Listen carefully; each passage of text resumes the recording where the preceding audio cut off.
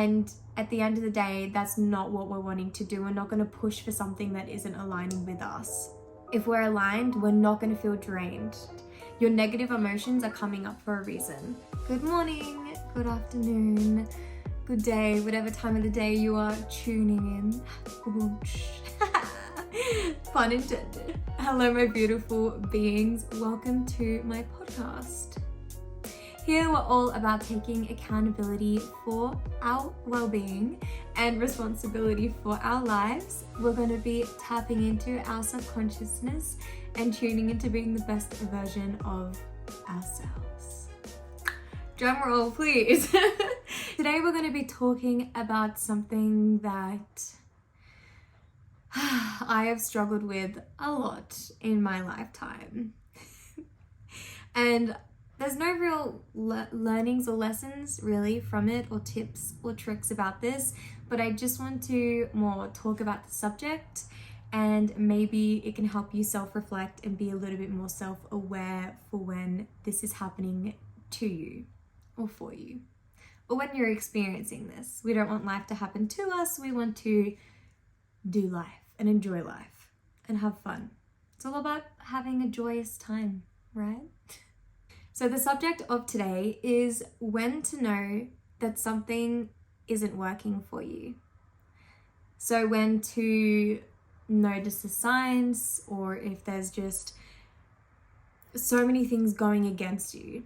And it's not, so to say, to give up, but it's more to sort of tune into more when life is telling you this just isn't for you. Okay?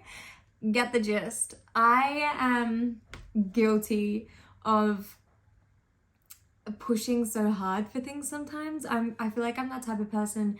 If I want something, then she's gonna make it happen. Okay? I can't help it. I get a vision in my head. I will want something so badly, I will just always try to make it happen. And I've been in so many situations in my life where things have just gone really wrong and I've been very drained. I'm a very empathetic person. So it's like if something is negatively affecting me and it's taking a lot of my energy, I'm just going to get really drained. And I know that so many of you are like that as well. So I think I'm just going to talk about maybe some situations that have happened. My first example of this happening is recently. It was my boyfriend's birthday. It's his 30th and we've done long distance for basically our whole relationship, and we've never sort of had time to go away. So I was so stuck on taking him away. We'd spent one night away before glamping. He took me for my birthday. Had my heart set, okay? It's the last weekend of school holidays here in Australia and a lot of places are booked. So I'm searching on Airbnb, I'm searching. I didn't have money yet, but my plan was to save places in like little wish lists and then book it later. Everybody's doing the same thing. So out of my list, I think most of them had already been booked, but I wasn't satisfied with the ones that were left over. Keep searching, messaging a person, that one ends up getting booked. It happened with another place. And then there was this place that I found in Byron that I absolutely loved, and I was just like, he will enjoy this so much. I was gonna get paid that night, or I think it was the following day. That place was booked and I was absolutely fucking gutted. This is like the third or fourth day for me trying to search. Countdown is on. I didn't even mention his birthday was that weekend, so I'm searching throughout the whole week, just like fucking hell. So yeah, that place that I really liked got booked. And the series of events were just like, it just wasn't meant to happen, but I kept pushing, okay? I found another place that I really liked, that got booked as well, got booked as well. I have found some places that weren't 100% great, but you know, it would have done the trick. I found this caravan in the middle of Whoop Whoop and I found another tiny home that had just come available. Someone must have cancelled, right? I ended up realizing, so on Airbnb, you have to reserve the place. So you send like a reservation inquiry and then they have to accept it on their end. I sent a reservation inquiry about the caravan that I found, and then I found the tiny home. I then realized it was on the same property by the same guy. I messaged him. I said, hey, really interested in the tiny home. I just sent a reservation through for the caravan. Like, what do you think is best? This guy, on top of everything else that I had been through trying to find somewhere and places being booked out and the endless hours of searching and saving and just like, the frustration, this guy was so difficult to deal with. And he was so confusing. By the end of the messages, I said to him, I was like, I'm really confused. Basically, he hashed out that the caravan, both properties didn't have water to them. The tiny home wasn't actually available right now because he had just moved it to another spot and he needed to do something to it. I was just like, I don't care. I will stay there, please. It was really cute. But he said that he would put in water for the caravan. And he was complaining about himself being sick and like, I don't fucking know. Something else was wrong, but I can't quite remember. Yeah, he said he'd put water in. And I was like, that's fine, we'll have water, thinking that we would be able to shower and stuff. In the meantime of all of this, oh my God, I found another tiny home, just like the one that I really liked, right? It was like double the price, but at this point I really didn't give a fuck. I was just like, I just want something. Send a reservation in for this one. In this amount of time, I think it was like an afternoon or a day, I got accepted for this tiny home and I got accepted for these two things. But this tiny home wasn't available, so it was for the caravan, okay? I'm freaking out because I'm accepted for two things and I know that you can't cancel. Fuck, on top of everything, I'm probably gonna have to pay double the price for somewhere else that I can't even stay. The lady for this tiny home, I explained the situation. Like, I really want to cancel this, but I don't think I can because he accepted me first. Like, are you able to cancel on your end? But I would much rather stay here. I should have just pushed harder with this one, but she ended up canceling on her end. So I was like, okay, sweet. My gut didn't feel right about this one, okay? My boyfriend as well, he's very like higher class, you know?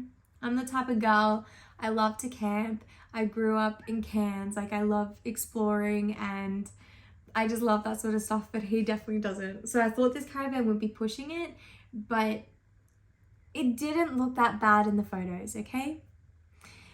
And the whole vibe on the day was just off because I had spent so much energy in trying to make everything so perfect and wasn't looking at the signs. It's just not meant to happen, buddy. I kept pushing. So the vibe was off. Drove up and it ended up being like 2.5, 3 hours away. Got structures on my car driving up there. It was a dirt road. We get to the caravan and it is a piece of... It is a piece of shit.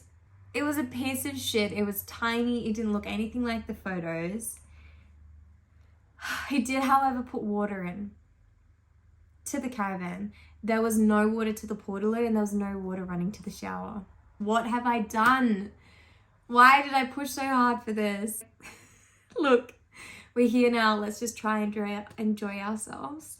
There's a smashed glass window at the tiny home. We did look at it, but you know, it wasn't stayable apparently. So there's an esky, thankfully, that we can keep our food in. And we're cooking sausages in this tiny ass caravan where we don't even fit both of us in there. And then guess what? We're using, so there was one light that worked and then there was also like a hood fan light thing over the stove, which was very bougie for this caravan. Then the electricity goes out. I just feel like exhausted thinking about it. I just could not believe it. If I had listened to the signs, if I had just gone, this just isn't working, we can just go the fucking next weekend. I was just so adamant on making everything work and fall into place that things just were going to go wrong. And why is that? Because I was coming from, so when you have a desire, right? Your energy goes to it. But if you start latching on negative thoughts and beliefs because it isn't working, it's just going to spiral, and it's just going to keep going down that downward spiral. And you can tell. Your intuition knows, right? It's like those crazy stories, like you weren't going to go out, but you just felt within you that it was right, so you ended up going out. And then you meet that person, or something crazy like that happens. Or it's like if you're trying to begin a new friendship or a relationship and you're just thinking, this just feels wrong and it just doesn't feel right. And there's all those signs. Your car breaks down on the way to meeting them, or something else happens.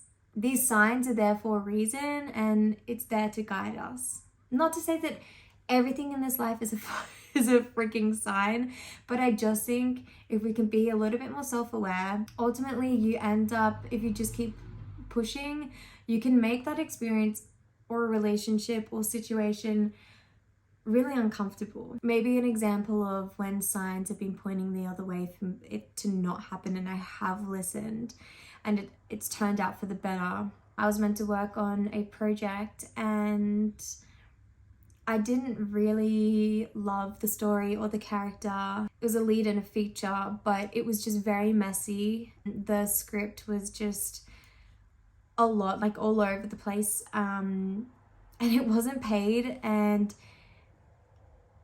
it got to a point where I just listened and I was like, I don't think this is something that's going to serve me. So I ended up removing myself from the project, and lucky I did. God, it flows into so many aspects of our lives. I think sometimes we can get very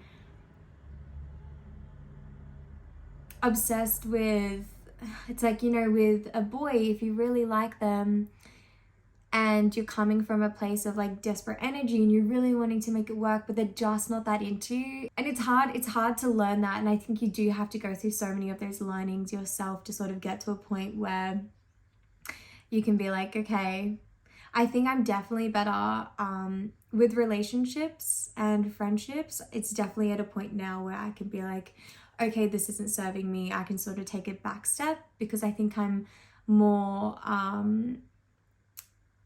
tuned within myself and a lot more connected to myself.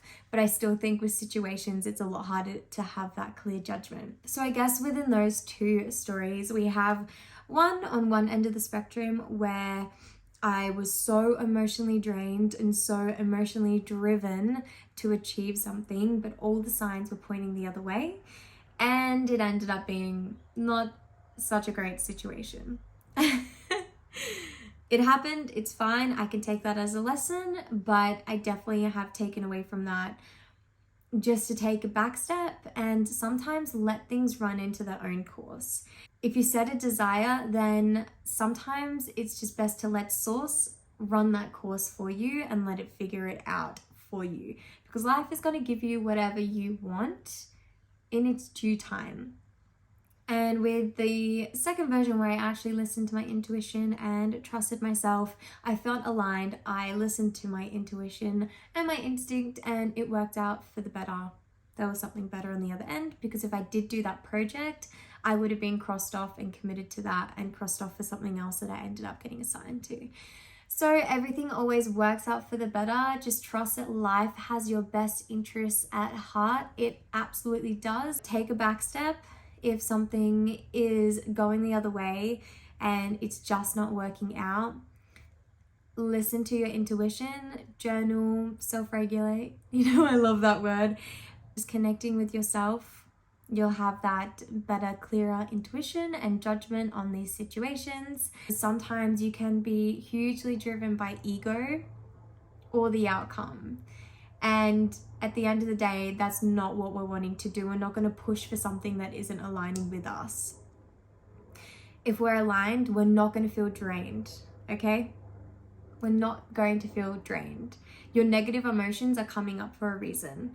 Sometimes something just isn't meant for you, and life will guide you. Life will show you signs, but it's up to you to be able to decipher, God, that word, whether it is pointing the other way for you or not. If something is draining your energy, a friendship, a relationship, a new job, if you're trying to chase something, if you're getting drained, you're feeling drained for a reason. Listen to that. Look at the signs that aren't working, or maybe what you want out of the situation, because we can get clouded by sometimes our ego, and we're not being driven with our soul for so many things. Oh God, our ego, it's just a whole nother ball game, you know? And life is always bringing you what is best for you. And you know that saying, it's for a reason, a season, or a lifetime. I definitely think we are constantly in an influx of change. So know that if you are experiencing something like a loss of someone or a friendship, or you're just not working out in a job, just know that whatever is on the other end, and whatever you have the inspiration or guidance to follow through with, whatever is on the other end is always going to be better for you. If it's draining you and there's signs, listen to that.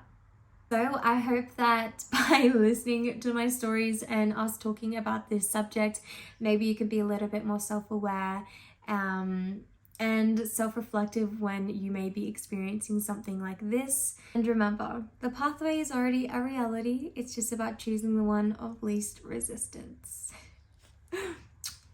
See you later, guys.